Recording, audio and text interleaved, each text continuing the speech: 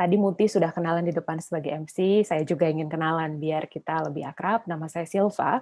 Saya bertanggung jawab sebagai PIC untuk scholarship di Universitas Multimedia Nusantara, dan juga pembicara kita hari ini yang hadir ada Kak Muhammad Rizky, alumni Teknik Industri dari Universitas Indonesia, dan juga mendapatkan beasiswa LPDP untuk melanjutkan studinya di Eindhoven University of Technology dengan konsentrasi Innovation Management. Kak Rizky ini juga suka beberapa bidang nih, jadi bagi rekan-rekan yang hadir mungkin minat atau punya banyak pertanyaan berkaitan dengan consumer behavior atau marketing science, system modeling, simulations, boleh disiapkan. Jadi tidak juga hanya tentang beasiswa ya Kak Rizky ya, bisa tentang yang lain yang memang passionate dengan pembicara kita hari ini. Tanpa berbasa-basi lagi, saya langsung berikan buat Kak Rizky.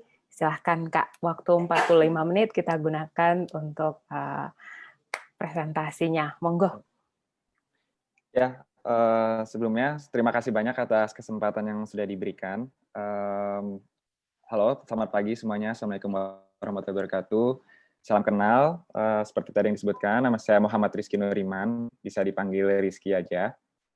Dan hari ini aku mau sedikit sharing tentang pengalaman aku,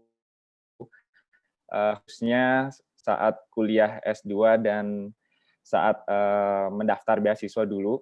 Jadi aku ini baru aja beberapa minggu yang lalu selesai studi S2 di Eindhoven University of Technology atau biasa disebut TUE, dan jurusannya adalah Innovation Management.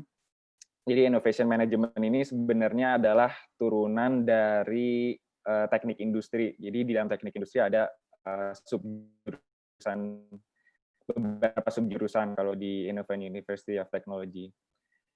Oke, aku aja langsung lanjut. Sorry. Saya ganti ya slide-nya. Ada beberapa hal yang akan aku bahas hari ini. Jadi aku akan mulai sharing tentang dulu awal cerita dari S1 sampai kuliah dan daftar beasiswa. Lalu aku akan share tentang bagaimana sih kira-kira gambaran pengalaman aku kuliah waktu di Belanda, asam manis pahitnya seperti apa. Lalu aku akan sedikit merefleksikan. Jadi waktu itu aku kemarin tuh 2 tahun kuliah tidak pulang ke Indonesia, jadi full stay di Belanda, dan aku mau refleksikan sebenarnya apa aja sih yang aku dapatin selama kuliah 2 tahun di Belanda. Lalu mungkin sedikit diskusi. Sebenarnya mungkin ini pertanyaan yang banyak yang tanyakan juga ya, sebenarnya perlu nggak sih untuk kuliah lagi, untuk lanjut studi S2 atau bahkan sampai S3 gitu. Lalu mungkin nanti aku akan akhiri dengan beberapa bekal untuk mendapatkan beasiswa gitu. Ini aku disclaimer aja di awal, mungkin aku bukan yang akan menceritakan sebenarnya untuk dapat beasiswa itu harus yang kayak gimana, tapi aku akan lebih sharing pengalaman aku itu seperti apa dulu, yang mungkin nanti ada beberapa hal yang bisa kalian dapatkan atau bisa kalian ambil manfaat atau kurangnya seperti apa. Jadi aku akan langsung mulai dari dulu background aku dari S1 dan hingga akhirnya kuliah S2. Jadi dulu aku S1 di Teknik Industri Universitas Indonesia angkatan 2012 dan alhamdulillah lulus pada tahun 2016. Dan sebenarnya selama S1 itu aku nggak pernah terlalu punya plan yang aku harus habis S1 langsung S2 gitu. Waktu itu aku lebih lihat aja opportunity yang ada apa nantinya. Dan waktu itu, ketika aku lulus, waktu itu aku lulus Agustus 2016, dan waktu itu ada pembukaan beasiswa LPDP yang kurang lebih aku lulus Agustus, kira deadline LPDP itu sekitar kalau nggak salah akhir September atau awal Oktober. Jadi ada sekitar 2 bulan atau 3 bulan kurang untuk aku persiapkan mau beasiswa. Jadi aku bukan tipe yang udah persiap jauh-jauh dari awal, dari lama gitu, tapi lebih ke yang baru lulus, terus lihat ada beasiswa aku coba, dan aku nanti akan cerita gimana aku mempersiapkan beasiswa tersebut. Dan sedikit aja tentang latar belakang aku, sebenarnya waktu S1 aku punya tidak sengaja sih terjerumus ke bidang simulation games. Simulation games itu adalah sebuah pendekatan metode belajar menggunakan simulasi permainan seperti board game misalkan. Jadi dalam kasus aku sih, aku mendesain permainan simulasi untuk mempelajari keilmuan-keilmuan, dan ini sebenarnya nggak sengaja sih, maksudnya waktu itu aku S1 kebetulan bergabung di sebuah lab, jadi ASLab, satu di teknik di Universitas Indonesia, ya salah satu risetnya adalah membuat simulation games ini, dan waktu itu aku juga pernah sebagai mahasiswa terlibat dalam kepanitiaan, yang dalam panitiaan ini adalah kepanitiaan yang membuat lomba antar mahasiswa teknik industri, yang dimana salah satu bahan lombanya adalah dengan menggunakan simulasi permainan, dan waktu itu aku disuruh membuat simulasi games-nya. Jadi secara tidak langsung tiba-tiba aku kayak punya sedikit pengalaman di bidang simulation games, dan ini yang menjadi bekal aku untuk nanti daftar S2. Mungkin aku akan lebih cerita lebih lanjutnya di bagian nanti yang bagian beasiswa. Lalu setelah aku cari-cari, jadi waktu habis lulus aku mulai melihat-lihat sebenarnya kampus apa sih yang cocok untuk aku dan minat aku. Dan waktu itu aku ketemu Eindhoven University of Technology di Belanda.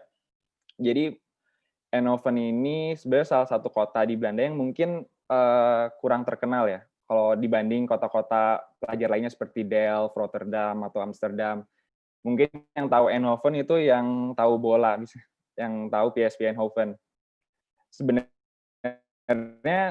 Eindhoven ini dalam dunia inovasi ini cukup punya nama. Mungkin kalian tahu Philips, lampu Philips, Philips Electronic, itu dulu dikembanginnya di kota Eindhoven.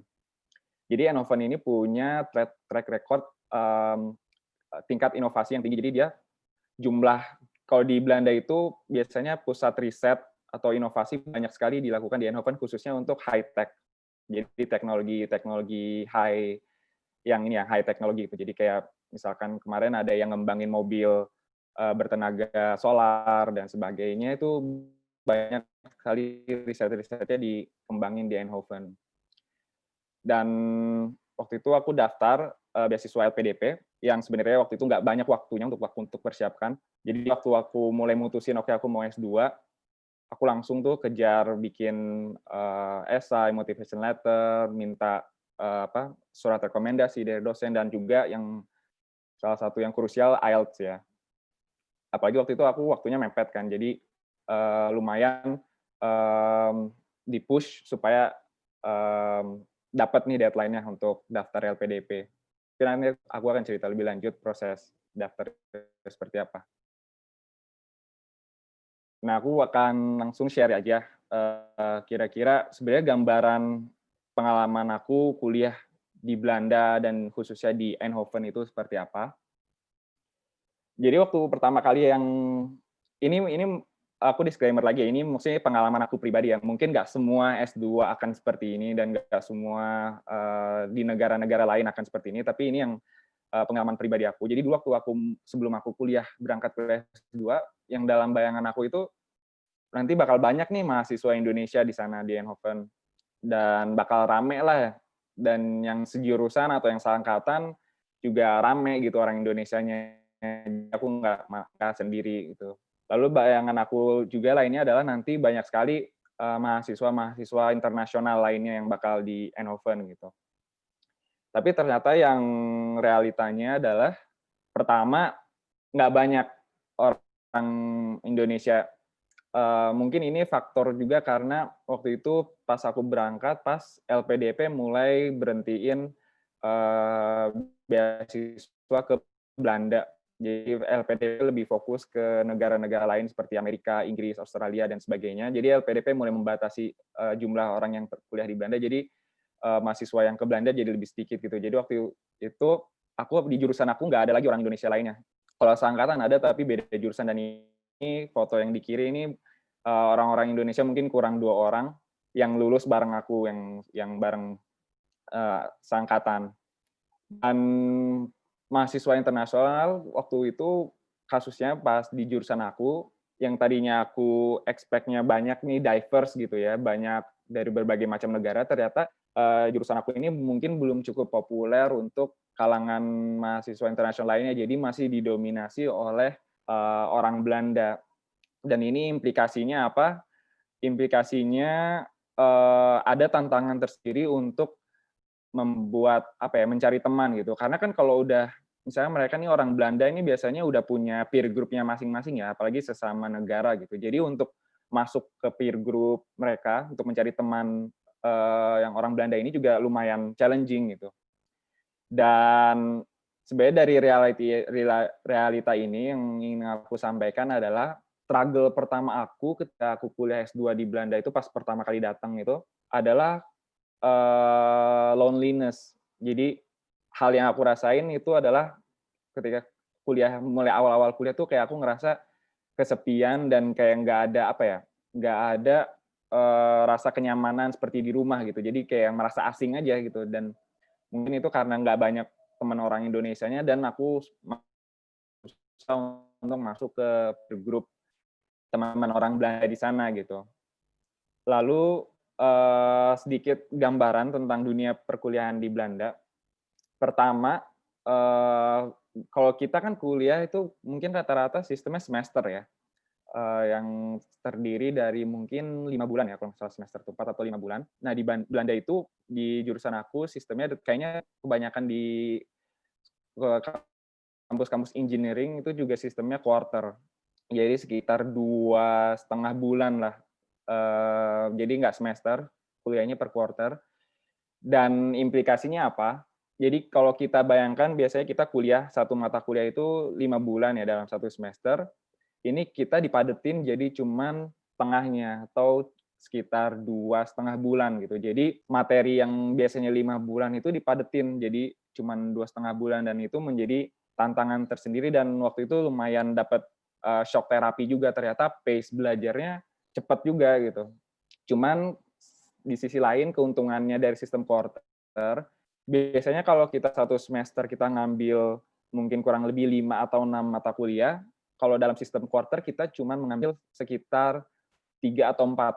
Jadi walaupun lebih padat, lebih pace-nya lebih cepat, tapi fokusnya itu nggak terlalu terpecah ke berbagai macam pelajaran. Jadi misalkan dalam satu quarter cuma ngambil 3 atau 4, 4 itu sebenarnya udah lumayan menantang sih. Jadi biasanya 3, walaupun cepat tapi fokusnya cuma di 3 mata kuliah aja. Jadi mungkin bisa lebih fokus. Jadi hal pertama, pace belajarnya cepet banget. Jadi apalagi waktu itu misalkan contoh, aku pernah ngambil mata kuliah yang dia membutuhkan sedikit kemampuan programming atau coding ya. Waktu itu aku kondisinya belum punya pengalaman yang cukup sebenarnya di bidang itu, di bidang coding. Dan mereka expect ya kita bisa catch up. Itu mereka sedikit ngasih bantuan, tapi ya tergantung dari kita yang gimana kita bisa catch up kemampuan-kemampuan yang dibutuhkan. Jadi emang pace belajarnya cepat dan kita dituntut untuk bisa memiliki kemampuan manajemen waktu yang baik untuk bisa meng-catch up materi-materi perkuliahan gitu. Lalu yang kedua, penilaian objektif maksudnya gini, mungkin nggak selama aku kuliah di sana aku nggak pernah ngerasa nilai yang aku dapatkan itu nilai yang nggak jelas asalnya dari mana. Misalkan kadang kan mungkin kita pernah ya ngerjain tugas atau ujian, kita sendiri nggak tahu kenapa nilai kita segitu gitu. Kenapa kita dapat misalkan B atau A atau kenapa dapat 80 atau kenapa dapat 70. Nah, kalau di sana itu mereka sangat objektif dalam penilaiannya. Jadi mereka punya rubrik penilaiannya seperti apa, poin-poinnya apa, dan mereka akan kasih tahu, oh kamu di bagian ini nilainya segini, bagian ini nilainya segini, dan kita mendapatkan kejelasan kenapa kita dapat nilai yang kita dapatkan gitu. Dan itu mungkin sesuatu hal yang aku kurang rasain selama kuliah di Indonesia. Jadi mereka kalau di Belanda dosennya sangat suka, sangat open kalau kita pengen tahu kenapa nilai kita segitu, dan kalaupun minta waktu untuk sesi sama dosen, bisa ketemu dosennya dan kita bisa diskusi kenapa nilainya segitu, dan kita bisa bahas, oh kenapa, bagaimana caranya kita bisa lebih baik lagi ke depannya. Jadi mereka sangat open. Dan satu lagi, maksudnya objektif ini mungkin, jadi benar-benar kita tuh kuliah, apa yang kita dapatkan itu benar-benar hasil kemampuan kita sendiri. Dalam arti, di sana tuh kayak hampir nggak mungkin bisa nyontek. Orang Belanda nggak ada yang suka nyontek, dan waktu ujian tuh kayak udah nggak mungkin lah. Jadi opsi nyontek tuh nggak akan ada waktu di Belanda, dan kalaupun ada yang ketahuan itu konsekuensinya sangat tinggi ya. Jadi nggak ada yang berani, dan jadi benar-benar semua yang kita kerjain, nilai yang kita dapat itu benar-benar emang kemampuan kita itu di situ gitu. Dan aku sih senang ya, maksudnya mungkin nilainya kadang nggak terlalu bagus, tapi bisa mendapatkan refleksi yang sesungguhnya, maksudnya yang lebih mendekati sesungguhnya bahwa kemampuan aku tuh di sini. Oh, jadi aku tahu kemampuan aku yang kurang tuh ada di mana, dan apa yang perlu aku tambah lagi, dan aku tuh udah bagus di mana misalkan. Jadi karena nilainya objektif, aku jadi ada perasaan puas lah, ada benefit-nya buat aku juga gitu. Lalu yang berikutnya, ini mungkin salah satu hal yang aku dapatin ya, ketika aku refleksikan sebagai kuliah di Belanda.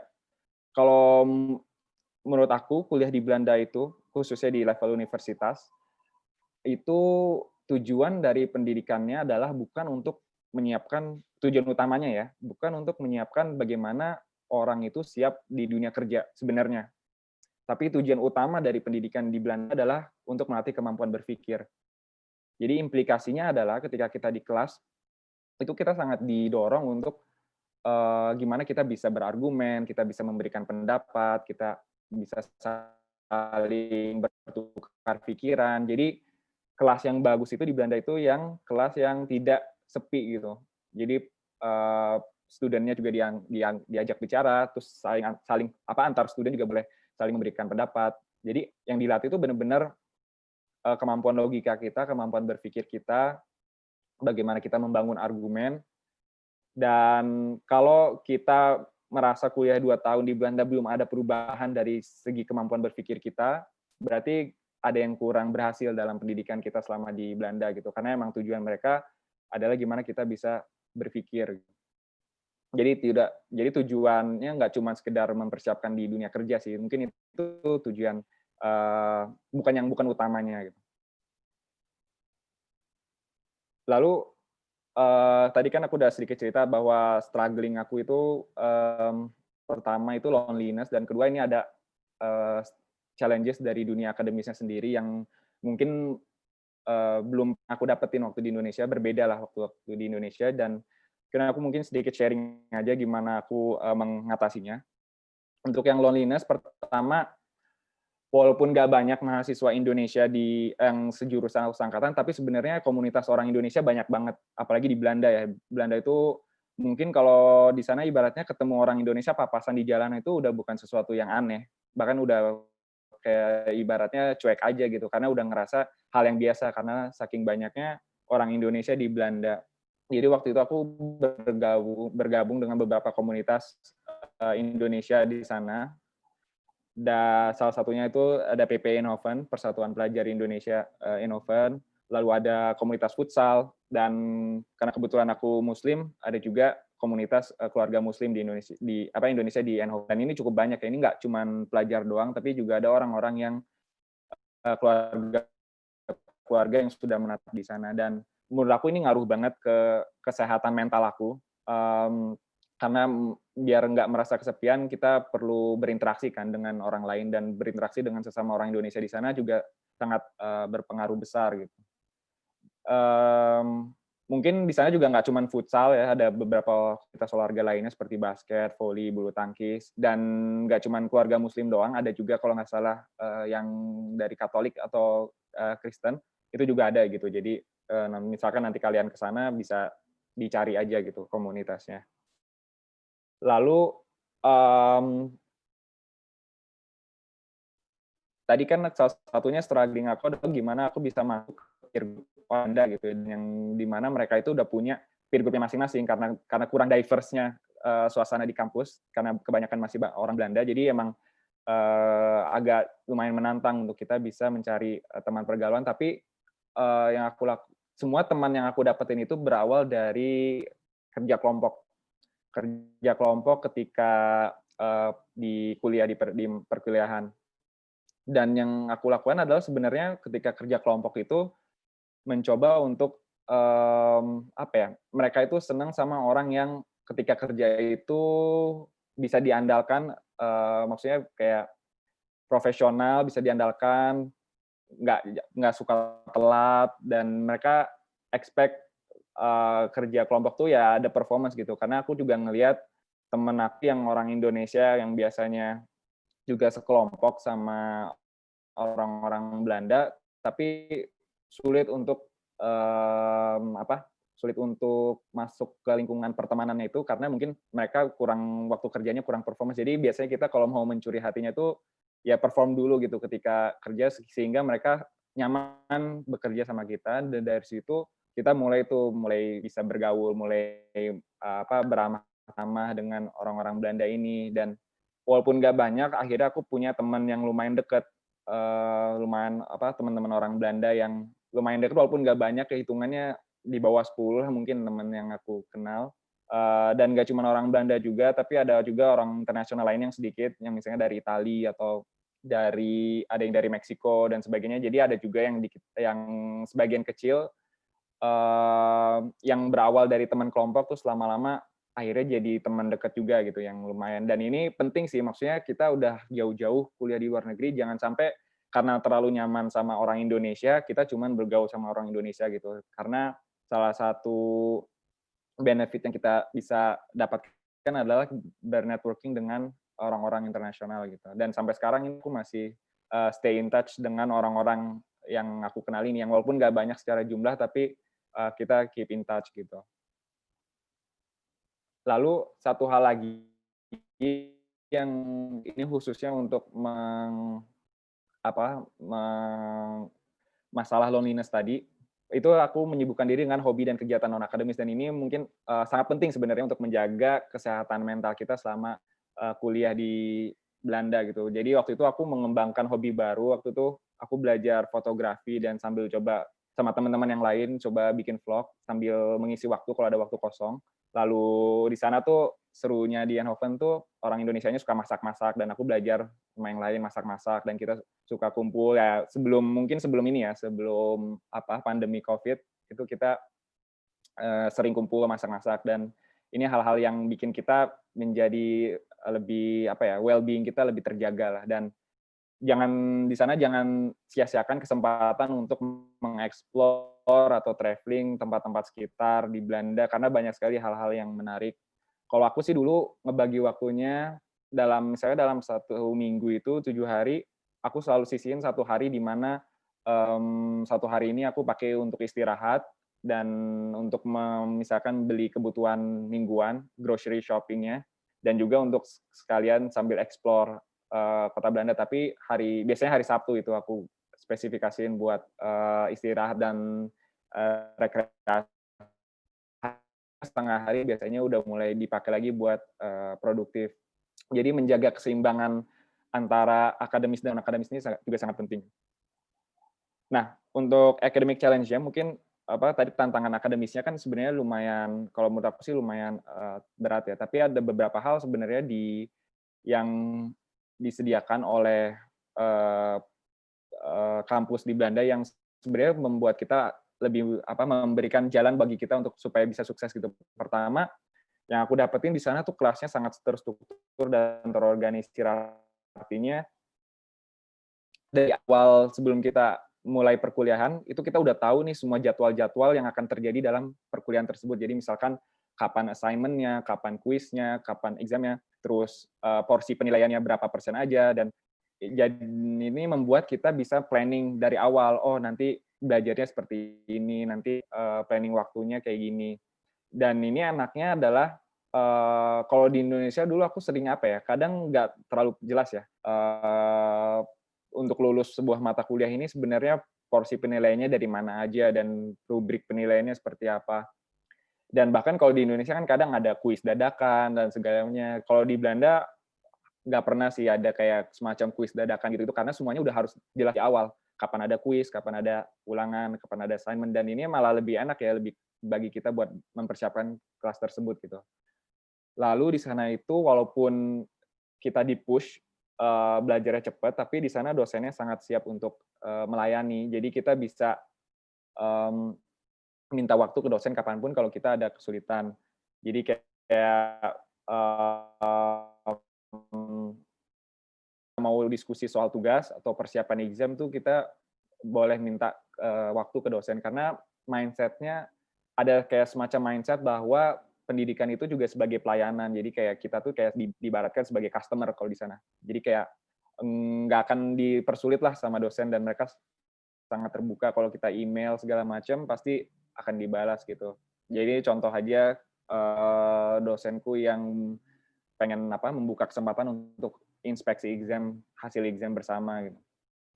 Lalu di sana secara fasilitas dalam bentuk fisik atau infrastrukturnya juga sangat mendukung. Di sana workspace untuk belajar tuh banyak banget. Jadi di library, di gedung-gedung perkuliahan tuh ada space-space buat mahasiswa untuk belajar atau untuk ngerjain tugas atau buat meeting sama teman-teman kelompok itu banyak banget fasilitas secara infrastrukturnya. Jadi sangat didukung lah untuk sukses walaupun sekarang mungkin agak sedikit terhambat karena masalah COVID. Mungkin aku kepikiran ada yang bakal nanya kira-kira dampak COVID gimana terhadap perkuliahan. Jadi aku sedikit saja, mungkin nggak terlalu banyak. Mana sebenarnya sekarang aktivitasnya udah lebih offline, masih banyak kuliah yang melalui online. Walaupun kemarin semester selama berapa bulan ya, 4 bulan kemarin atau 3 bulan kemarin itu udah mulai banyak yang ada sebagian aktivitas kampus yang dilaksanakan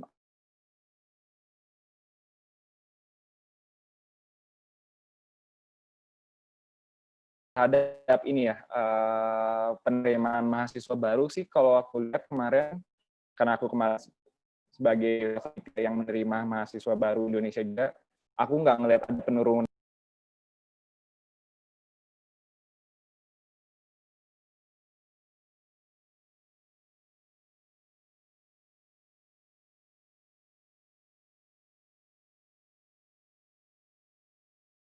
Kemati ya tadi.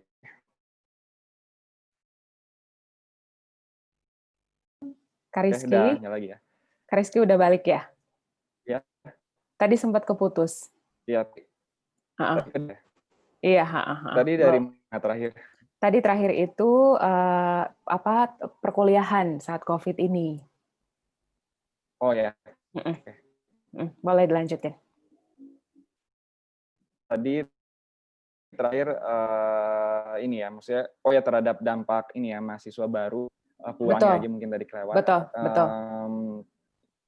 Ya secara jumlah sih tidak ada pengurangan. Maksudnya aku ngelihat jumlah yang diterima tetap sama-sama pengurangan signifikan dari sebelum masa COVID. Jadi mungkin itu bukan sesuatu yang harus dikhawatirkan.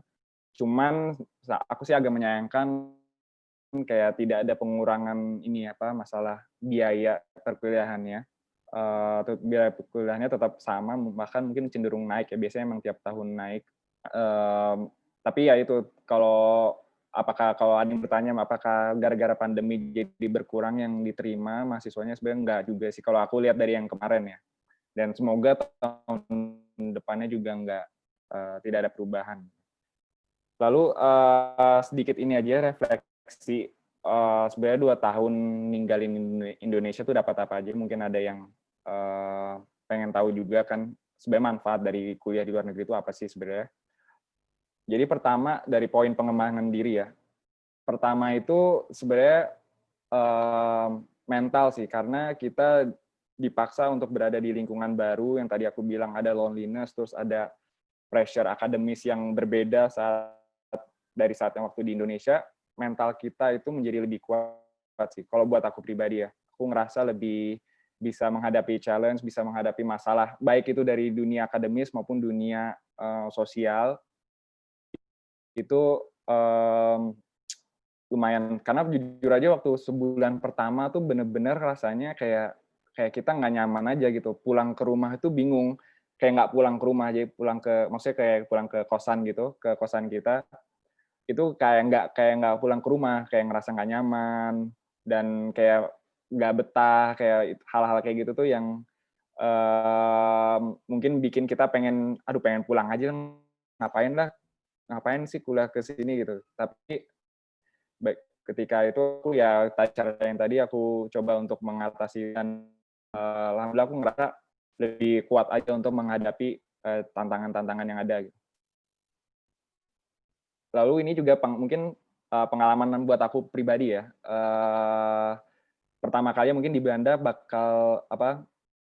kita bakal merasakan menjadi minoritas. Misalnya kalau aku di Indonesia selama ini merasa, ya tidak sebagai minoritas, kalau di Belanda itu karena mungkin orang Indonesia itu sedikit, dan apalagi aku juga muslim dan itu ya bisa dianggap sebagai minoritas di sana. Jadi lebih belajar lagi untuk bagaimana kita, bisa respect satu sama lain, dan orang Belanda itu sangat sangat me-respect apapun background kita, apapun agama kita. Jadi kita juga bisa belajar dari orang Belanda gitu, dan gimana mereka sebenarnya cukup toleran terhadap kita. Dan aku selama kuliah nggak pernah ada masalah ketika aku minta izin waktu misalkan mau sholat, atau aku cerita aku lagi puasa nggak bisa ikut acara misalkan makan-makan, itu mereka kayak udah ngerti gitu. Dan jadi kita bisa belajar, oh toleransinya mereka tuh seperti ini gitu. Dan itu sesuatu yang aku dapatkan juga, dan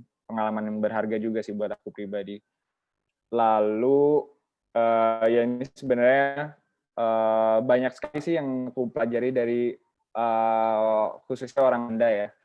Banyak hal positif, tapi nggak semuanya positif juga. Ada beberapa hal yang, mungkin kurang ya. Misalkan kalau yang positifnya itu orang Belanda itu ya mungkin secara sosial mereka secara overall ya mayoritas itu sangat toleran orangnya, sangat me-respect, satu sama lain, apapun itu background kita. Dan satu hal yang aku juga menganggap, kelebihan orang Belanda adalah mereka sangat baik dalam melakukan time management. Mungkin ini ketimbang sama mahasiswa internasional lain ya, orang Belanda itu terkenal punya, jadi kalau kita misalkan mau janjian sama orang Belanda nih, mau entah itu untuk ngerjain tugas atau entah itu mau jalan kemana, itu mereka semua punya agendanya di Google Calendar mereka, apapun itu. Jadi entah itu urusan serius seperti belajar atau urusan hangout, mereka akan taruh di Google Calendar mereka. Jadi benar-benar mereka tuh udah punya, planning seminggu ke depan, beberapa minggu ke depan tuh udah terjadwal gitu. Jadi nggak bisa kita, minta ketemuan dadakan tuh jarang banget bisa, karena biasanya mereka udah punya, plan-nya mereka sendiri gitu, hari itu mau ngapain. Jadi mereka sangat baik sekali dari time planning-nya. Lalu mungkin hal yang bukan hal negatif ya, mungkin hal yang aku ngerasa orang Indonesia itu punya kelebihan adalah, orang Belanda itu mungkin sifatnya lebih lebih, individualis ketimbang orang Indonesia. Orang Indonesia itu punya karakter, lebih kolektif, dan ini dibuktikan juga sih dalam sebuah studi literatur, bahwa orang Indonesia memang kecenderungan lebih kolektif dibandingkan orang Belanda yang lebih individualis. Menurut aku sih ini lebih apa ya, lebih, menjadi keunggulan kita gitu. Jadi waktu perkuliahan aku ngerasa aku lebih cepat misalkan kalau perlu bantuan, orang, itu aku lebih cepat bisa minta bantuan dibanding teman aku yang orang Belanda. Misalkan waktu itu ada pameran gitu ya, pameran kan kita butuh pengunjung, dan walaupun aku di sana orang asing, tapi aku bisa lebih banyak datengin pengunjung karena aku punya teman banyak orang Indonesia, dan aku bisa datengin mereka ke stand pameran aku gitu, ketimbang teman aku yang orang Belanda sendiri gitu, yang sebenarnya kayaknya temannya nggak terlalu banyak-banyak juga gitu, karena mereka yang tadi sifatnya lebih individualis gitu. Jadi mungkin itu salah satu kelebihan kita. Terus, kalau dari segi peluang karir ya, sebenarnya kalau lanjut studi di Belanda, mmm, salah satu benefit-nya untuk peluang karir sih networking udah pasti banget, itu harus dimanfaatkan. Di sana baik mahasiswa internasional ataupun orang Indonesia, karena orang Indonesia juga udah banyak yang, bekerja atau stay di Belanda, yang udah punya jenjang karir di sana. Jadi itu harus dimanfaatkan, kita harus push diri kita untuk mau bernetworking sama berbagai macam orang gitu. Dan itu peluangnya sangat besar sih. Jadi banyak banget, tawaran-tawaran kerja di sana yang dari orang yang udah kita kenal. Dan mungkin kalau aku nggak mengambil ke situ karena aku LPDP dan, harus, diminta untuk pulang, untuk tidak lanjut kerja di sana. Tapi sebenarnya itu peluangnya banyak banget kalau kita emang mau, cari ke sana. Ini nyambung sih ke poin networking tadi, kayak peluang kerja di Belanda dan di Eropa tuh banyak. Mungkin aku sedikit kasih kisi-kisi ya, kalau dalam bidang engineering, biasanya orang Belanda itu lebih suka menjadi orang depan. Artinya mereka lebih suka menjadi orang yang tampil di depan, yang public speaking, yang ketemu orang.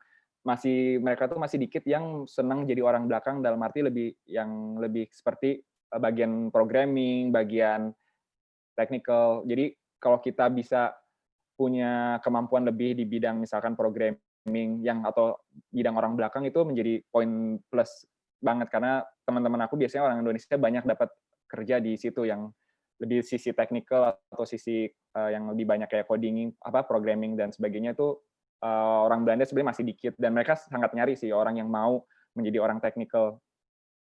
Cuman paling apakah perlu bahasa Belanda? Sebenarnya banyak sekali pekerjaan di sana yang kita nggak wajib bisa bahasa Belanda, tapi bisa dapat pekerjaan tersebut gitu. Teman aku rata-rata juga belum banyak yang bisa bahasa Belanda. Karena di Belanda tersendiri orang-orangnya hampir mungkin 90% ke atas bisa bahasa Inggris. Jadi kita nggak terpush untuk belajar bahasa Belanda. Aku sendiri juga belum bisa bahasa Belanda. Jadi kita belum banyak yang bisa bahasa Belanda, tapi sebenarnya peluang kerja yang tidak mengharuskan kita untuk bisa bahasa Belanda juga cukup banyak gitu. Khususnya yang bagian orang belakang tadi gitu. Cuman kalau kita bisa bahasa Belanda itu juga menjadi poin plus yang besar, karena artinya kita bisa membuka diri kita ke opportunity pekerjaan lain yang membutuhkan bahasa Belanda. Seperti itu. Nah, ini sebenarnya khususnya untuk aku sih, waktu aku S2 tesis, tiba-tiba aku mendapatkan melihat ada sebuah peluang untuk lanjut S3. Waktu itu ada tawaran. Nah, tawaran ini sebenarnya belum dipublish secara umum, jadi belum dipublish di website, tapi karena aku waktu itu bimbingan sama dosen yang bersangkutan, jadi tawarannya langsung dikasih ke aku dulu gitu. Jadi kita punya akses untuk peluang S3 yang lebih unggul dibanding teman-teman kita yang mungkin lagi di Indonesia gitu. Jadi peluang kalau bagi yang mungkin tertarik pengen langsung S3 juga sebenarnya sangat terbuka, dan di sana S3 itu sebenarnya kita nggak perlu biaya sendiri. Jadi kalau di Belanda itu S3 itu dianggapnya sebagai pegawai, researcher. Jadi banyak sekali sponsor-sponsor, hibah-hibah di sana yang bisa mengcover biaya studi kita selama S3, dan bahkan kita digaji gitu. Kita juga bisa sih bahwa kalau kita mau nyari beasiswa dari Indonesia, misalkan pakai LPDP untuk membiayai S3 kita di sana, itu juga menjadi salah satu opsi. Tapi di sana juga banyak sekali sponsor-sponsor yang mau, dan spesialnya Eindhoven, karena Eindhoven itu terkenal dengan iklim inovasi yang tinggi, yang di mana kerjasama antara pemerintah, universitas, dan perusahaan itu sangat erat. Jadi banyak sekali yang ngebiayain S3 itu malah perusahaan-perusahaan gitu, nggak cuma pemerintah aja. Jadi kebetulan aku kemarin dapat tawaran S3 dan sekarang lagi proses aplikasi juga. Dan ini yang nge-sponsorin itu perusahaan di industri gitu. Jadi emang perusahaan di industri punya kebutuhan, mereka pengen riset, jadi mereka kerjasama sama kampus untuk dijadikan sebagai program S3 juga gitu. Dan jadi peluangnya juga cukup tinggi gitu. Oke, lanjut. Ini pertanyaan yang mungkin banyak yang kita sering bertanya ya, apakah sebenarnya perlu untuk kuliah S2 lagi gitu, dan mungkin kalau aku sih bakal bilang di awal, aku nggak bisa bilang S2 ini adalah hal yang terbaik atau cocok untuk semua orang. Mungkin ini cocok untuk sebagian orang.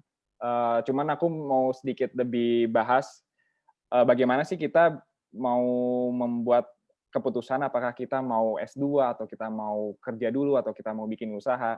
Ini aku mau share sedikit tentang materi yang aku dapetin dari kuliah di S2 di sana. Ini sebenarnya materi tentang bagaimana kita memanage perusahaan ya, atau startup. Tapi aku sih mencoba untuk mengaplikasikan ini ke bagaimana supaya kita mendesain karir kita ke depannya. Jadi mungkin ini kalau mungkin ada satu hal yang nggak akan ada di webinar lain, mungkin ini gitu. Ini dari original dari hasil refleksi aku selama kuliah. Jadi waktu aku kuliah di sana, aku belajar tentang ada yang namanya pendekatan kewirausahaan yang bernama causation atau affiliation. Causation effectuation ini aku akan kasih analogi biar gampang. Bayangin kita kalau kita mau traveling atau kita sebagai pelancong, kita bikin itinerary. Kita mau misalkan mau ke Bali gitu, kita bikin itinerary nih. Di Bali ini kita mau kemana aja, ngapain, makan di mana, tinggal di mana. Nah, ini adalah pendekatan causation. Lalu ada tipe orang yang traveler tapi dia nggak bikin itinerary. Ya udah kita datang dulu misalkan ke Bali, nanti lihat aja di sana mau kemana gitu. Jadi ini ada traveler yang nggak, yang bahasanya apa ya, go show gitu. Jadi langsung datang, langsung lihat aja kemana, apa yang menarik gitu. Dan ini sebenarnya dipakai dalam ilmu tipikal perusahaan yang mereka udah tahu nih mau bikin apa, udah tahu masalah yang mau diselesaikan apa. Tapi ada juga perusahaan-perusahaan khususnya startup yang mereka belum tahu sebenarnya customer mereka siapa, bisnis modelnya seperti apa, tapi mereka ya udah coba-coba dulu aja gitu. Dan ini pendekatan effectuation. Nah, dalam causation, pertanyaan yang ditanya itu kita mulai dari bertanya apa target kita, lalu bagaimana cara mencapai target kita. Mungkin kalau diaplikasiin dalam perencanaan karir, kita udah punya, ada orang yang udah punya target, oh mau jadi dokter, mau jadi lawyer misalkan. Lalu kita akan cari cara bagaimana kita bisa jadi dokter, bagaimana kita bisa menjadi lawyer. Nah, kalau dalam effectuation, itu kita nggak bertanya apa target kita, tapi kita bertanya apa yang kita punya, lalu dari yang kita punya ini, apa yang bisa kita hasilkan. Misalkan, ini menjadi salah satu alasan kenapa aku dulu S2, jujur aku belum punya target benar-benar yang spesifik aku mau jadi apa dulu. Mau jadi, walaupun misalkan mau jadi pengusaha, tapi belum jelas mau jadi pengusaha apa. Jadi aku lebih fokus ke apa yang aku punya. Aku punya pengalaman tadi membuat simulation games, aku punya pengalaman bekerja di lab sebagai asisten laboratori, jadi aku terekspos ke pengalaman-pengalaman riset, lalu aku orang yang senang belajar, jadi aku fokus ke apa yang aku punya dulu, lalu aku coba cari tahu aku bisa manfaatin apa yang aku punya ini bisa buat apa. Salah satunya adalah untuk explore S2 gitu. Mungkin yang lainnya bisa misalkan, oh aku punya kemampuan coding, aku punya kemampuan graphic design. Baru dari situ mulai, oh aku bisa manfaatkan ini untuk membangun bisnis, aku bisa manfaatkan ini untuk misalkan kerja di perusahaan ini. Jadi kita nggak bicara dulu target, tapi lebih ke apa yang kita punya gitu. Dan ini dua approach yang sebenarnya berbeda, tapi sebenarnya apa sih keuntungan kelebihannya? Misalkan kalau cost session, misalkan orang yang jalan-jalan udah punya itinerary, keuntungannya kan mereka ketika jalan-jalan udah jelas ya mau kemana, dan mereka resikonya jadi lebih rendah, artinya mereka tidak akan terlewat apa yang harusnya mereka dapatkan gitu. Misalkan kalau ke Bali harusnya mendapatkan pantai, ya mereka nggak akan melewatkan pantai karena mereka udah plan dari awal, karena udah ada targetnya. Tapi kalau effectuation, yang tipe kedua ini, kalau kita jalan-jalan tanpa itinerary, kelebihannya adalah ya kita mungkin bisa mendapatkan hidden hidden gem atau opportunity yang sebenarnya kita awalnya nggak tahu itu ada. Contohnya kalau dalam kondisi aku nggak pernah ngeplan ketika dulu mau S2, oh nanti mau S3 nih. Tapi ternyata opportunity itu tersajikan pas aku lagi S2 di sana gitu. Jadi kalau kita lebih effectuation, itu kita lebih mudah untuk terekspos ke opportunity yang kita sebelumnya nggak pernah bayangkan itu ada gitu. Yaitu kelebihan causation dan effectuation. Dan ini mungkin effectuation ini cocok bagi orang-orang yang lagi kayak misalkan quarter life crisis gitu, yang belum tahu sebenarnya dalam hidupnya itu mau apa, itu bisa pakai approach yang ini.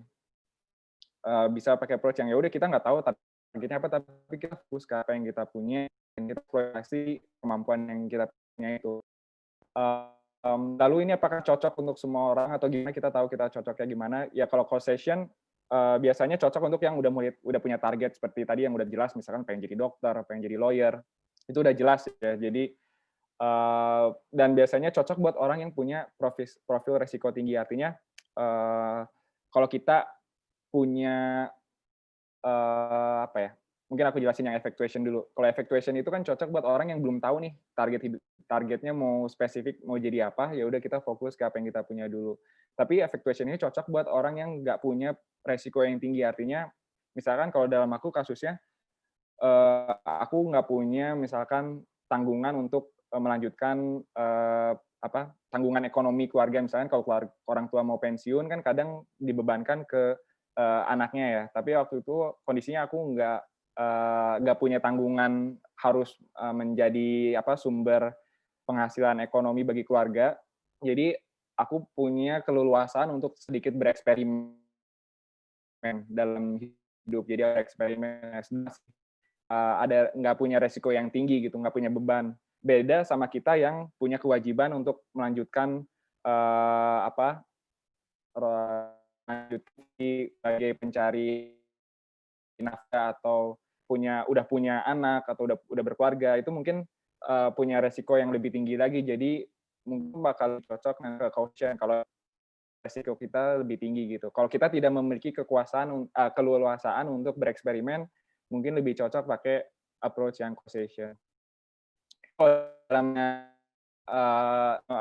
kewirausahaan, fluctuation ini lebih cocok buat startup, karena di startup itu belum, apa, bisnis modelnya itu belum jelas. Kalau causation ini cocok buat perusahaan-perusahaan yang sudah besar, yang misalkan yang udah established, misalkan kayak Unilever atau apa itu, approach kewirausahaannya biasanya pakai causation. Lalu pertanyaan berikutnya, apakah kalau kita pakai effectuation, kita akan effectuation selamanya? Jadi nggak juga. Jadi biasanya kalau yang startup di awal dia effectuation, ketika dia udah mulai mature, dia akan mulai shifting ke causation. Jadi misalkan kalau aku ini sekarang kemarin masih kayak effectuation, aku lebih fokus ke apa yang aku punya, coba-coba S2, bereksperimen, terus misalkan nanti kalau aku dapat S3-nya, aku lanjut S3, ketika aku udah S3, aku mulai shifting ke causation, artinya aku mulai mendefine target ke depannya. Aku sebenarnya udah harus ada nih mau jadi apa. Kalau S3 itu kan pilihannya kalau buat aku antara kita jadi konsultan atau jadi dosen. Maksudnya melanjutkan karir di akademisi. Atau bagi yang sudah berkarir sebagai PNS atau di BUMN bisa juga. Jadi kalau udah S3 aku udah nggak lagi coba-coba effectuation lagi, tapi lebih jelas targetnya nanti setelah lulus S3 mau jadi apa. Aku misalkan pengen jadi konsultan. Dan ketika aku udah punya jelas target mau jadi konsultan, selama S3 aku bangun capability atau experience yang mendukung aku untuk menjadi konsultan. Jadi ada proses shifting dari effectuation ke causation. Jadi mungkin ini uh, sharing aja sedikit kayak approach bagaimana sih kalau kita pengen menentukan ke depannya kita uh, mau ngapain gitu. Dan mungkin ini membantu juga bagi kita yang masih banyak yang bingung, sebenarnya kita belum punya target apa, dan ternyata dalam literatur pun ada sebenarnya yang menjustifikasi nggak apa-apa kalau kita belum punya target yang jelas, tapi ada caranya. Mungkin bisa gali-gali lebih dalam, mungkin ketika aja di Google causation versus effectuation, di situ mungkin penjelasannya lebih komprehensif. Lanjut aja, mungkin ini terakhir sedikit tentang bekal mencari beasiswa. Ini mungkin aku sharing aja ya dari apa yang aku dapetin waktu dulu coba ngejar beasiswa dalam waktu yang sempit. Jadi disclaimer aja, aku bukan orang yang udah coba berbagai macam beasiswa, jadi aku nggak tahu banyak tentang beasiswa-beasiswa lain seperti apa.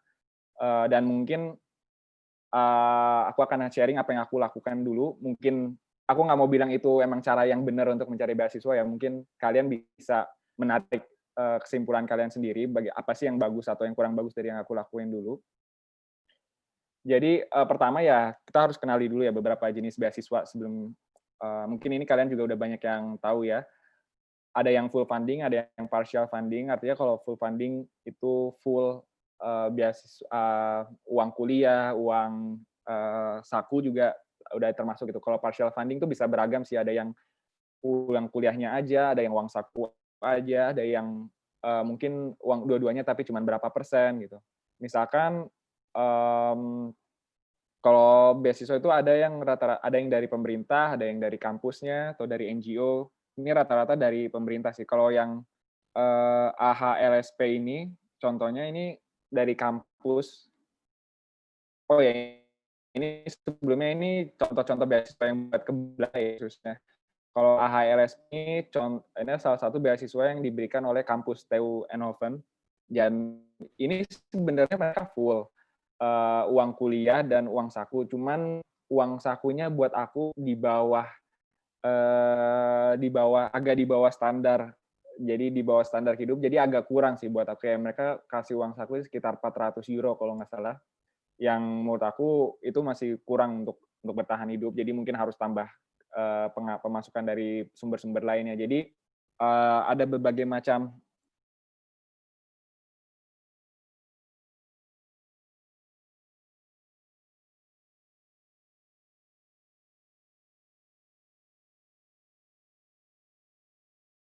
uang saku kalau nggak salah. Jadi bisa, kalau partial funding biasanya bisa digabungin. Kalau full funding rata-rata sih nggak bisa di ini ya, nggak bisa gabungin sama sumber beasiswa lainnya. Apalagi LPDP gitu. Dia udah jelas di awal negasin nggak boleh dapat sumber beasiswa dari beasiswa lain. Dan ya ini beberapa contoh, mungkin nanti kalau ada yang, dan aku sebenarnya jujur aja cuman apply yang LPDP. Mungkin aku termasuk yang beruntung karena berhasil dalam percobaan pertama. Kan aku sedikit sharing aja, mungkin nih kalian juga udah banyak yang pernah dengar juga mungkin di webinar-webinar lainnya. Jadi menurut aku secara fundamental ketika kita mau daftar beasiswa, yang harus kita punya adalah sebuah cerita yang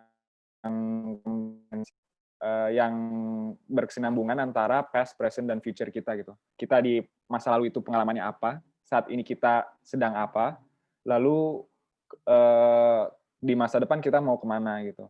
Dan intinya kita harus bisa masukin bagaimana dengan kita melanjutkan studi S2 itu membantu kita untuk beralih dari present kita ke future kita gitu. Jadi, dan ini harus ada benang merah antara semuanya dan harus nyambung, dan kalau bisa serealistis dan seunik mungkin. Jadi bukan sesuatu yang semua orang bisa cerita, tapi ya sesuatu yang personalized terhadap sesuai masing-masing kita gitu. Misalkan kalau aku waktu itu yang aku ceritain adalah pas aku banyak pengalaman di simulation games, dan sebenarnya ada modeling and simulation juga, tapi utamanya banyak pengalaman di simulation games. Dulu aktif di lab bikin simulation games. Terus aku waktu saat posisi mendaftar beasiswa, aku masih bekerja di lab tersebut, masih lanjut walaupun udah lulus, aku masih stay dan masih bantu-bantu project-project di sana dan bantu riset-riset di sana yang banyak yang berkaitan dengan simulation games.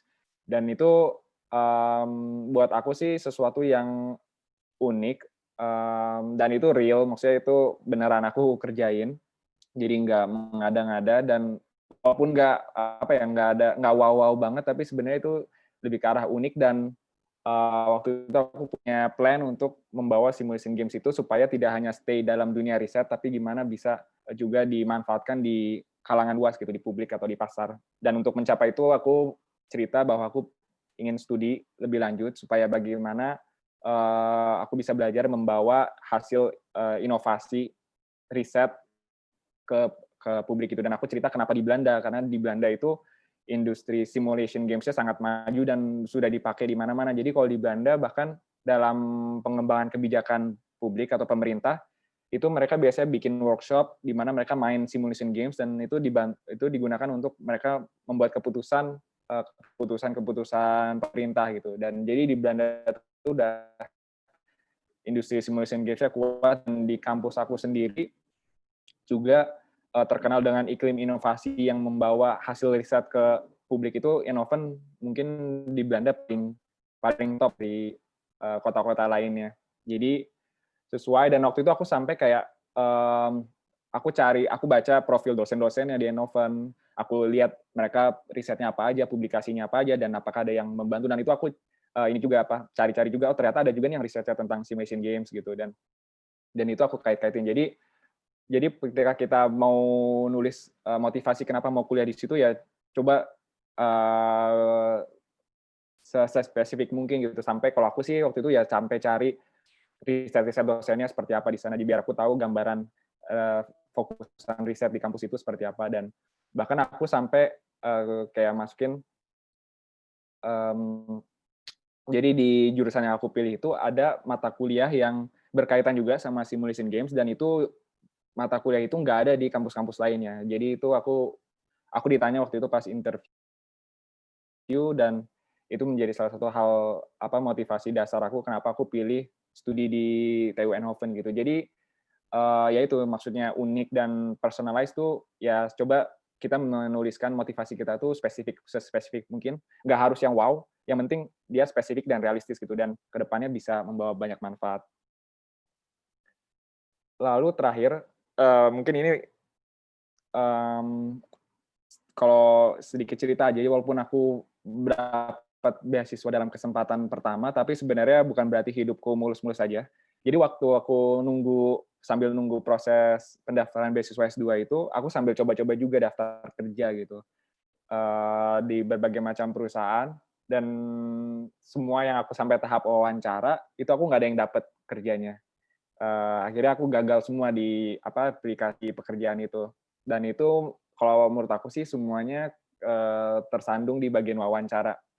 Jadi aku refleksikan, kenapa nih aku nggak dapet, padahal aku cuman waktu itu ya sebenarnya coba-coba aja gitu niatnya. Jadi aku banyak evaluasi kenapa nggak dapet nih, kayak apa sih yang aku kurang, dan ternyata banyak poin, misalkan kayak, oh aku ada hal-hal yang aku salah ngomongnya, ada yang aku kurang pede, kurang firm, kurang semangat ngomongnya, dan itu poin-poin yang aku bangun, dan ketika aku wawancara buat beasiswa LPDP, itu aku udah lebih siap dalam menghadapi wawancara gitu. Jadi, kegagalan tuh menurut aku juga perlu ya, karena kegagalan tuh, bisa dibilang guru terbaik lah, dan aku menurut aku wawancara waktu beasiswa LPDP itu ngaruh banget. Mmm, kalau aku refleksikan, kayak waktu aku wawancara beasiswa LPDP, aku jauh lebih lebih apa ya, lebih positif, lebih semangat, ngomongnya lebih jelas, lebih firm, dan lebih bisa menunjukkan ya emang aku passion-nya di situ gitu. Dan kayaknya itu hal-hal yang kurang waktu aku wawancara, mmm, untuk mencari pekerjaan, kayak lebih ngomongnya nggak lebih semangat, dan banyak kekurangan-kekurangan lainnya yang akhirnya mungkin aku jadinya nggak dapet itu untuk, proses aplikasi kerja gitu. Jadi, gunakan sebaik mungkin waktu wawancara untuk memberikan impresi yang baik bagi penguji kita atau yang menyeleksi kita. Dan, mungkin waktu itu juga aku sebelum wawancara, latihan juga sih sama teman, kayak diwawancara sama teman biar aku juga lebih bisa bersiap diri gitu untuk menghadapi pertanyaan-pertanyaan wawancara. Jadi, dan kalau bisa ya itu sering cari pengalaman, sering cari pengalaman wawancara, dan jangan takut gagal, dan kalaupun gagal jangan sakit hati gitu, tapi, diambil, pelajarannya apa yang bisa diambil gitu, supaya kita bisa lebih siap pas, di wawancara berikutnya. Mungkin, eee, itu sih yang aku bisa share, mungkin aku kembaliin aja ke moderator. Baik, terima kasih Kak Rizky. Rekan-rekan yang masih ada di sini boleh kasih virtual clap-nya dong buat Kak Rizky. Luar biasa sekali ilmunya. Sebenarnya waktu kita secara sudah habis, namun kita berikan 5 menit ya, nggak apa-apa Kak. Kita kasih 5 menit. Tadi di awal saya sampaikan bahwa untuk yang mau bertanya, dituliskan di kolom chat, namun karena durasi yang singkat ini, boleh langsung menonaktifkan mikrofonnya dan bertanya saja. Ada sekitar berapa peserta ini? Lumayan banyak. Boleh ada dari rekan-rekan yang hadir, Bapak Ibu yang ingin bertanya? Silahkan.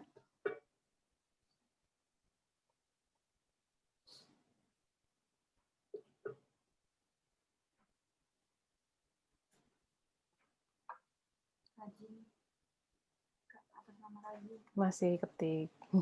Ada salah satu baru masuk, masih Assalamualaikum nih, Kak Rizky. Cuman semoga ada pertanyaannya. Mungkin, Waalaikumsalam. iya.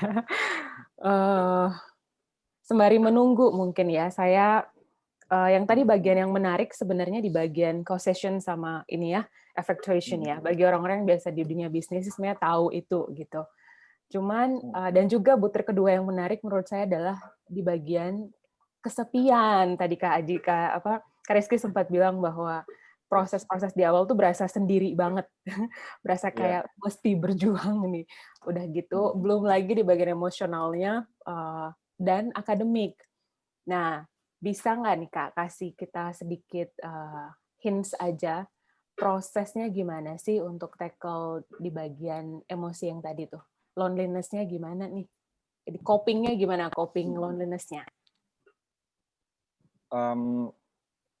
Sebenarnya kalau menurut aku sih kuncinya itu ya, kita punya ini nggak amit kan, interaksi dengan orang lain tuh sebenarnya sangat berpengaruh ke health well-being kita ya. dan aku mulai ngerasa itu ketika aku mulai aktif di PPI Eindhoven, mulai aktif gabung sama tadi komunitas Muslim. Ketika aku punya mainan lain di luar non akademis, itu di situ aku mulai ngerasa oh ini udah this is home gitu. Jadi kayak awalnya ketika itu aku pulang ke rumah tuh bener-bener ngerasa kayak nggak ngerasa kayak pulang gitu, kayak ini tempat yang asing gitu. Tapi waktu itu ya sering spend waktu investasikan waktu untuk orang lain gitu, maksudnya sering berinteraksi sama orang lain. Dan ya aku nggak tahu sih, kalau sekarang mungkin jauh lebih sulit ya ketika kondisi pandemi seperti ini. Dan dulu sih ketika aku itu mulai ngerasa berbeda ketika aku gabung ke PP Eindhoven. Dan di PP Eindhoven aku mulai cari aktivitas, mulai cari kegiatan, bikin acara segala macam, dan itu mulai ngerasa kebersamaannya di situ, dan mulai ngerasa kayak keluarga. Karena kalau kita di sana, karena keluarga kita jauh ya di Indonesia, teman-teman kita tuh otomatis udah jadi keluarga kita gitu. Dan karena kita kalau ada apa-apa pasti ke mereka dulu, kalau kita sakit, kalau kita kesulitan apa sih ngomongnya ke mereka dulu. Jadi investasi di lingkungan pertemanan itu sih yang paling penting pertama. Terus yang kedua sih, aku waktu itu tadi kalau aku bilang aku hobi fotografi, sebenarnya aku awalnya nggak ada sama sekali ketertarikan ke fotografi. Jadi salah satu waktu yang aku lakukan waktu masa loneliness itu, aku mulai aktif di sosmed. Awalnya aku sama sekali nggak suka bersosmed ya, di Instagram dan segala macam.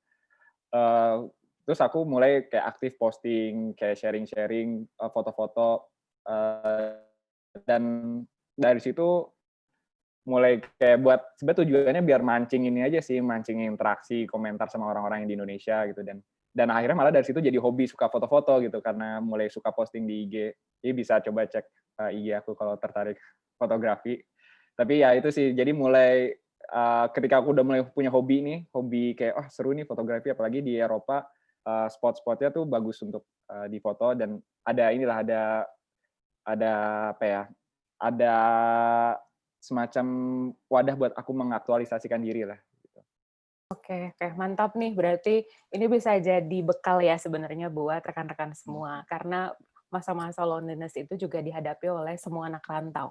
Nggak cuman yang studi ke luar negeri, yang dari luar kota juga yang merantau ke Jakarta untuk studi lanjut.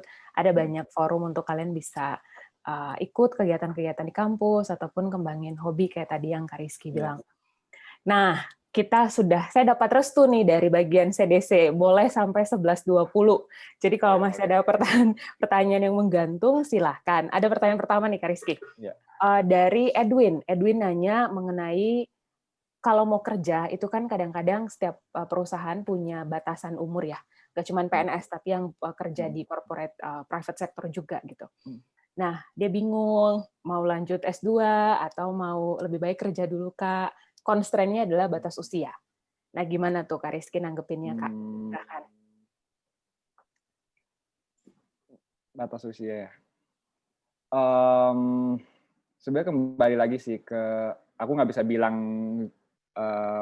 yang benar tuh kuliah dulu atau kerja dulu ya, itu karena tergantung masing-masing. Aku kembali kayak harus tanya lagi sih, sebenarnya apakah kita udah yakin kerjanya mau di mana? Kayak udah punya spesifik, misalkan mau jadi PNS gitu. Kalau udah kuat targetnya di situ, ya udah kita lakukan hal-hal yang mendukung kita untuk bisa keterima kerja di situ. Misalkan kalau PNS misalkan ada batasan umur dan lebih baik kerja dulu gitu, ya udah kita fokus ke situ. Jadi itu fokusnya lebih ke causation, artinya kita udah punya target, kita kejar target itu, kita cari cara untuk mencapai target itu. Tapi kalau kita belum punya apa ya, definisi target yang kita pengen, kita mau di perusahaan apa, kita masih bingung, masih kayak terbuka dengan berbagai macam peluang, itu bisa kayak tadi aku sarankan pakai approach effectuation, yang artinya kita fokus ke apa yang kita punya kemampuan di mana, terus dengan kemampuan kita di mana tuh kita bisa aplikasiin di mana gitu. Ya waktu itu aku contohnya aku punya kemampuan, pengalaman sedikit terekspos dalam dunia riset, ya aku bisa lanjut S2 dan bisa melihat kira-kira nanti opportunity-nya ada apa gitu. Dan itu ya karena aku belum punya target yang secara spesifik gitu. Dan dan apakah itu selalu akan berhasil berakhir dengan kesuksesan. Ya namanya kalau dalam startup kan kadang kita punya ide bisnis, terus bisa jadi kan ide bisnis itu bisa berhasil bisa enggak kan, dan resikonya juga tinggi. Jadi kalau effectuation emang resikonya tinggi, tapi reward yang bisa didapatkan juga lebih tinggi gitu. Jadi high return, high risk. Nah, gimana caranya biar kita mengelola high risk ini? Nah, makanya kita tanya ke diri kita sebenarnya punya nggak sih keleluasaan untuk bereksperimen? Kalau kita udah punya kewajiban untuk cepat-cepat mencari nafkah, atau ada kewajiban udah punya keluarga, itu kan artinya kita kurang punya keleluasaan untuk bereksperimen. Jadi kita harus mungkin lebih pragmatis, lebih ke arah yang causation tadi, ya udah tentuin target, atau udah punya target, kejar target itu gitu. Jadi ya sekali lagi aku nggak bisa jawab secara pasti ya, lebih baik kerja dulu atau kuliah dulu, itu nggak ada jawaban sakleknya gitu. Jadi lebih tergantung kita kondisinya seperti apa, dan lihat SWOT kita juga sih. Kalau aku sih emang tipikalnya kelebihan aku atau kekurangan aku itu sebenarnya aku nggak terlalu body planning, yang nentuin step-stepnya mau target apa. Tapi kelebihan aku adalah aku orangnya adaptif. Artinya aku lebih cepat bisa beradaptasi dengan lingkungan baru, lebih bisa beradaptasi dengan peluang-peluang baru. Misalkan aku S3 ini temanya sebenarnya agak melompat dari yang aku kerjain selama ini. Misalkan selama ini aku lebih fokus ke consumer behavior dan sebagainya, tapi S3 ini tentang food and sustainability. Tapi aku sih ngerasa aku bisa beradaptasi dengan topik baru tersebut dan sedikit membawa pengalaman di consumer behavior ke dalam topik tersebut gitu. Jadi itu tergantung ke kita sendiri masing-masing gimana. SWOT kita apa, profil resiko kita seperti apa, dan apakah kita udah punya target yang spesifik atau belum. Gitu sih. Oke, terima kasih Kak Rizky. Jadi untuk Edwin direnungkan dulu. Coba kamu bikin dulu listnya, dicek sendiri kira-kira yang mana yang visible bisa kamu kerjakan. Aset kamu apa, kekuatan kamu sekarang apa nih? Terus ke depannya kamu proyeksiin kayak gimana? Visible atau enggaknya, ya harus dibikin dulu lah. Nanti baru ketika dicoba, nanti ketahuan tuh. Ada pertanyaan berikutnya, menarik nih, dari si Danya. Danya sebenarnya bertanya mengenai teknis, karena tahun depan dia mau coba daftar LPDP. Jadi pertanyaan pertamanya tentang teknis daftar ke LPDP bisa dijawab sih, cek aja di website LPDP kan sebenarnya, atau baca blog. Cuman lebih kepada insight-nya gimana proses apply beasiswa. Mungkin lebih ke ini kali ya, Kak Rizky ya. Selama kan dirimu kan pertama kali coba, langsung rezeki dapat nih beasiswa. Sementara banyak banget yang kita tahu anak-anak coba beasiswa apapun, nggak cuma LPDP, Fulbright-nya Minef atau USAID prestasi ataupun beasiswa yang lainnya gitu, bisa berkali-kali, berpuluh-puluh kali gitu. Nah, dan itu juga belum dapat gitu. Mungkin dalam konteks LPDP, hacks-nya apa sih? Kalau dari technical itu apa yang perlu diperhatiin? Terus kemudian di interviewnya, atau bisa jadi dalam proses minta rekomendasi misalnya, nah yang kayak gitu, yang perlu disiapin sama Danya kali ya. Monggo Kak, silakan. Oke, siap. Ya, terima kasih atas pertanyaannya. Jadi sedikit background dulu, aku tuh daftar kan sebenarnya tahun 2016, ketika baru lulus S1 tuh. Dan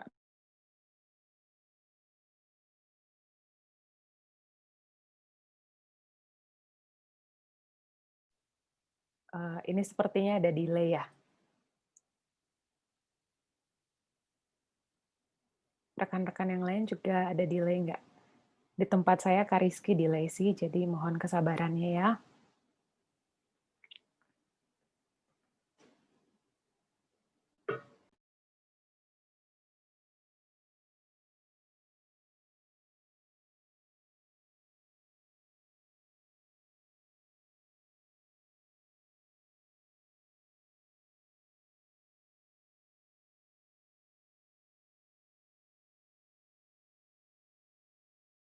Halo, udah bisa lagi? Nah, bisa lagi Kak. Alhamdulillah. Silakan. Sorry. Ya, jadi intinya aku dulu daftar tuh sebenarnya 2016. walaupun kuliahnya baru mulai 2018, itu waktu itu emang karena ada lagi dari LPDP-nya ada kebijakan ditunda setahun. Tapi intinya sebenarnya mungkin yang dulu aku jalani nggak 100% sama ya, sama yang sekarang. Waktu zamannya aku tuh belum ada tes yang berbasis komputer, kalau nggak salah yang psikotes atau apa gitu. Iya, Jadi iya, mungkin tes aku nggak bisa kompetensi cerita. komputer. Heeh.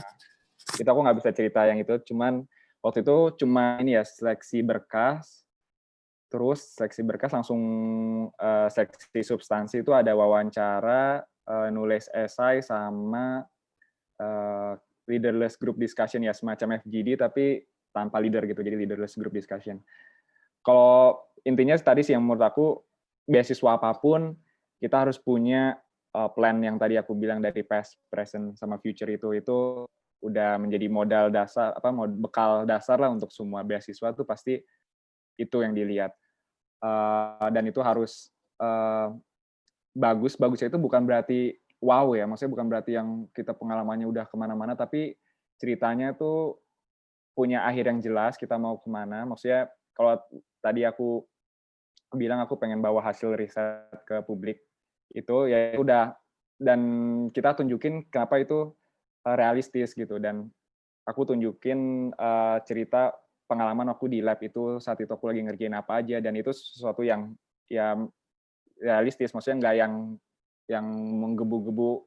Biasanya orang kan nulis, oh dia mau kontribusi yang gini-gini, yang terlalu yang tinggi-tinggi banget. Sebenarnya nggak harus yang terlalu tinggi-tinggi banget, yang penting ada baiknya, ada positifnya, dan itu bisa dikerjakan, dan kita punya profil yang pengalaman yang cukup untuk bisa mencapai itu gitu. Dan pokoknya modal dasar itu adalah membuat cerita yang komprehensif antara past, present, dan future, itu udah menjadi bekal lah untuk dan kalau untuk LPDP itu sendiri, pas wawancara, dia kan mengetes berbagai hal ya, misalkan kayak kita sebenarnya punya leadership atau iya apa enggak gitu, misalnya kayak pengalaman leadership kita tuh apa. Waktu itu aku emang kita harus punya pengalaman-pengalaman yang bisa kita ceritain yang menunjukkan kalau kita punya pengalaman dalam memimpin gitu. Memimpin tuh nggak harus selalu jadi ketua organisasi, tapi apapun itu, misalkan dalam kerja kelompok atau dalam panitiaan, itu kita cari pengalaman-pengalaman yang kita bisa kita sajikan untuk menunjukkan atribut kita sebagai seorang pemimpin. Dan LPDP kan juga pasti pengen orang yang bisa menunjukkan oh emang dia punya keinginan kuat untuk berkontribusi di Indonesia gitu, dan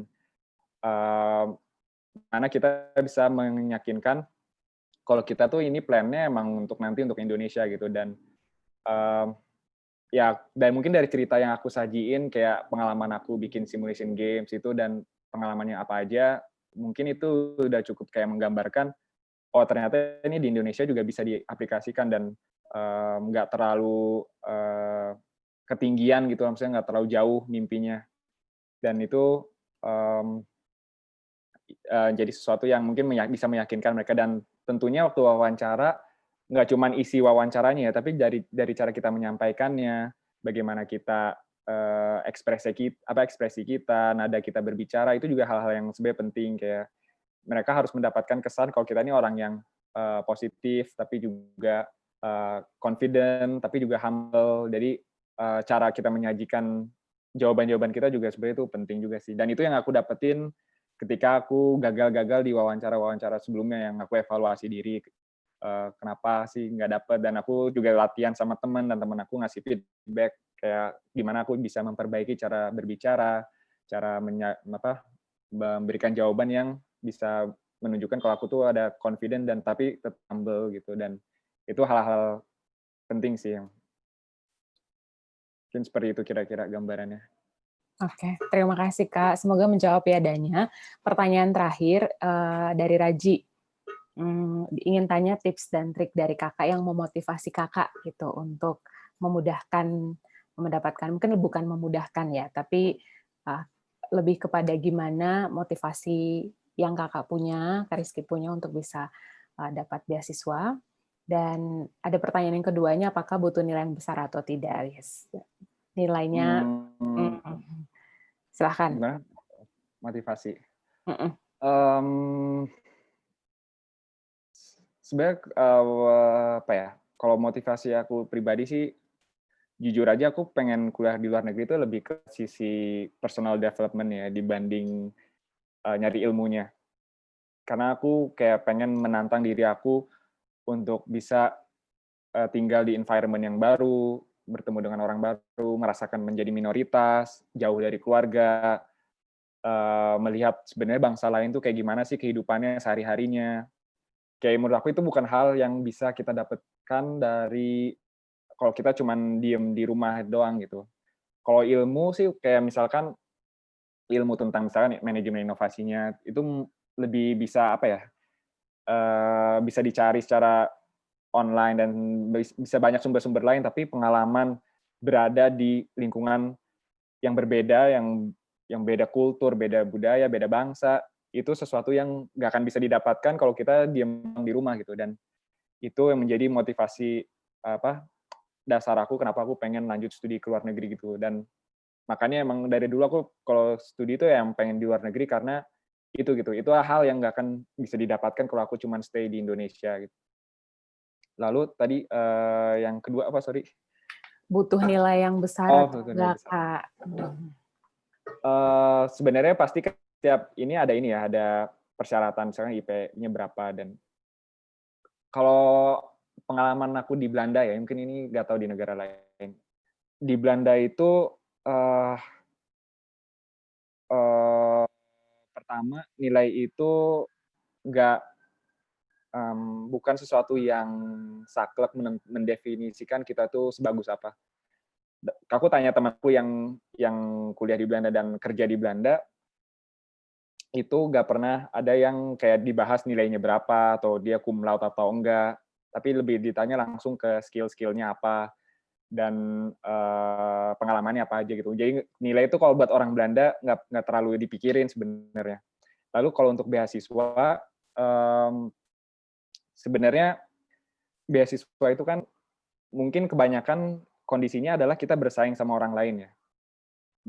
Jadi, kita harus punya advantage dengan pesaing-pesaing kita gitu dan itu bisa dari nilai ataupun dari, yang lainnya misalkan dari bidangnya, dari, mmm, pengalaman-pengalamannya atau atribut-atribut lainnya gitu dan, menurut aku sih jangan, mundur duluan kalau nilai kita kurang, karena kalaupun nilai kita kurang, kita bisa coba tonjolin kemampuan kita di sisi lainnya gitu. Jadi jangan, merasa nilai itu segalanya. Coba dulu aja dan bahkan kalau di Belanda ya, misalkan kita mau daftar apa gitu, kalaupun misalkan kita secara spesifik requirement-nya kurang, itu coba dulu aja. Karena misalkan kayak waktu daftar kerja nih, waktu mau daftar kerja ada spesifikasi requirement-nya misalkan GPA-nya minimal berapa gitu. Sebenarnya kalau orang daftar dan itu nggak terpenuhi itu masih bisa di-consider gitu dan itu terjadi. Jadi jangan terlalu terpaku sama minimum requirement yang ada di website, coba dulu aja gitu. Karena kita nggak pernah tahu kalau ternyata kita itu punya kelebihan yang tidak dimiliki di, kandidat-kandidat lainnya gitu dan mungkin itu bisa di-consider sama si, pengujinya atau penyeleksinya gitu, seperti itu. Oke, terima kasih Kak Rizky. Dengan menjawab pertanyaan tersebut, mengakhiri sesi kita di hari ini, saya lihat di kolom chat sudah tidak ada lagi yang bertanya. Jadi saya anggap kita sudah selesai. Kak Rizky, terima kasih banyak Iya. dari kami memberikan banyak ilmu. Semoga ini bisa jadi bekal buat rekan-rekan, Bapak Ibu yang hadir juga. Dan yang terakhir mungkin dari kami, sebenarnya kalau mengangkat topik tentang beasiswa ini adalah sesuatu yang cukup sakral ya, karena kalau kita lihat banyak anak-anak Indonesia yang mungkin punya potensi, tapi kendala secara dana ataupun di tengah masa-masa studinya, ternyata orang tua misalnya yang menjadi tulang punggung atau yang menopang apa ya, menopang finansial meninggal atau ada kendala-kendala lainnya. Nah, kami salah satu lembaga pendidikan di UMN mengambil peran juga untuk mendukung mahasiswa kami yang sedang kuliah, dan kalau misalnya pun ada orang tua yang sesuatu kejadian yang tidak kita inginkan terjadi gitu, kita bisa support. Dan juga ada banyak beasiswa yang lain, UMN juga berpartner dengan pemerintah untuk mendukung anak-anak dari Indonesia Timur yang ingin bersekolah ke kampus kami, dan rekanan kampus partner lainnya dari Kemendikbud gitu. Jadi bagi Bapak Ibu yang hadir atau rekan-rekan yang punya saudara ataupun adik siapapun yang pengen lanjut sekolah S1 namun ada kendala secara biaya, punya potensi tapi mungkin melihat sepertinya kita biaya masih kurang gitu, coba dulu. Boleh dicoba dicek di UMN, kita punya beasiswa yang cukup banyak untuk mendukung anak-anak bangsa. Salah satunya kalau kita lihat adalah contoh nyata dari pemerintah mendukung anak-anak bangsa melalui Kariski lewat beasiswa LPDP dan beasiswa-beasiswa lainnya yang bisa kita coba. Untuk mengakhiri sesi ini, kita akan berfoto bersama, dipandu oleh Muti, minta tolong untuk semuanya videonya boleh diaktifkan. Oke, teman-teman. Apakah suara Muti sudah terdengar? Oke. Mungkin Kak Rizky boleh stop share dulu biar kita bisa layarnya kelihatan. Oke, siap.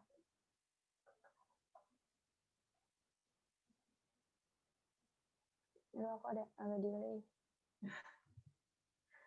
Oke, teman-teman semua boleh senyum. Nanti aku hitung 1 sampai 3. Senyumnya mohon ditahan sebentar. Ini slide pertama, kita ada 2 slide. Oke. 1, 2, 3, tahan ya. Oke.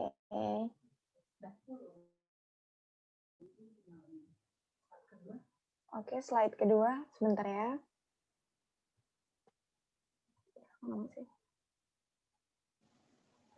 Bentar. Oke, kita ulang sekali lagi ya. Ini slide pertama. 1, 2, 3.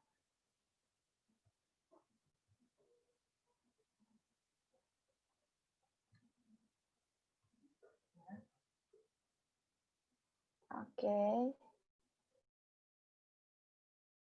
Slide selanjutnya. Bentar. Aku geser dulu.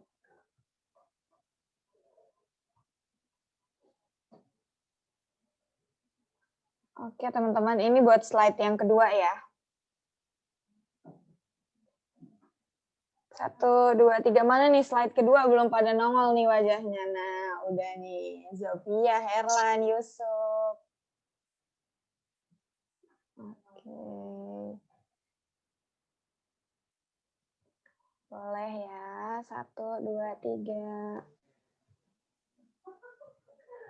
Bentar-bentar. Aku cek dulu udah ini belum ya. Udah ada belum?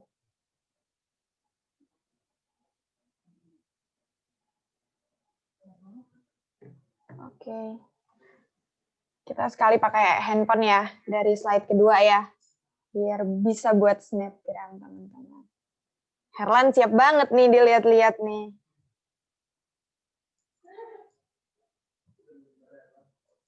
Diam sih, Jok. Ya. Tolong jangan ada yang nulis di kolom chat ya, teman-teman semua. 1, 2, 3. Oke. Sekarang kita masuk ke slide pertama lagi, teman-teman. Kenapa sih, Jok? Berisik kali kau.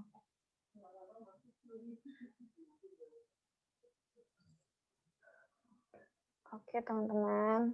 Ayo, 1, 2, 3. Senyumnya mana nih slide pertama? Oke, sip. Sudah semua. Baik, terima kasih Muti. Untuk evaluasi, seperti biasanya, setiap acara kita pasti akan ada evaluasi. Kami minta untuk rekan-rekan yang hadir boleh mengisi link berikut untuk membantu kita menjadi lebih baik dalam mengemas acara, memilih ide, ataupun hal-hal yang bisa sekiranya relevan dengan industri dan dunia karir. Demikian dari saya. Yang punya Instagram boleh di-follow Instagramnya UMN untuk dapat informasi berikutnya di @cdcumn. Terima kasih banyak Kak Rizky, terima kasih banyak Muti, terima kasih banyak Bapak Ibu dan rekan-rekan sekalian. Saya Silva mengucapkan terima kasih untuk Job to Go sebagai rekan kita hari ini dan sampai berjumpa di acara berikutnya. Selamat siang semuanya. Oke, terima kasih teman-teman semua, boleh. Terima kasih semuanya. Terima kasih Kak Rizky dan tim UMN. Terima kasih Kak Rizky. Sama-sama semuanya. Terima kasih. Terima Izin kasih. live juga ya. Terima kasih banyak. Thank you, Risman.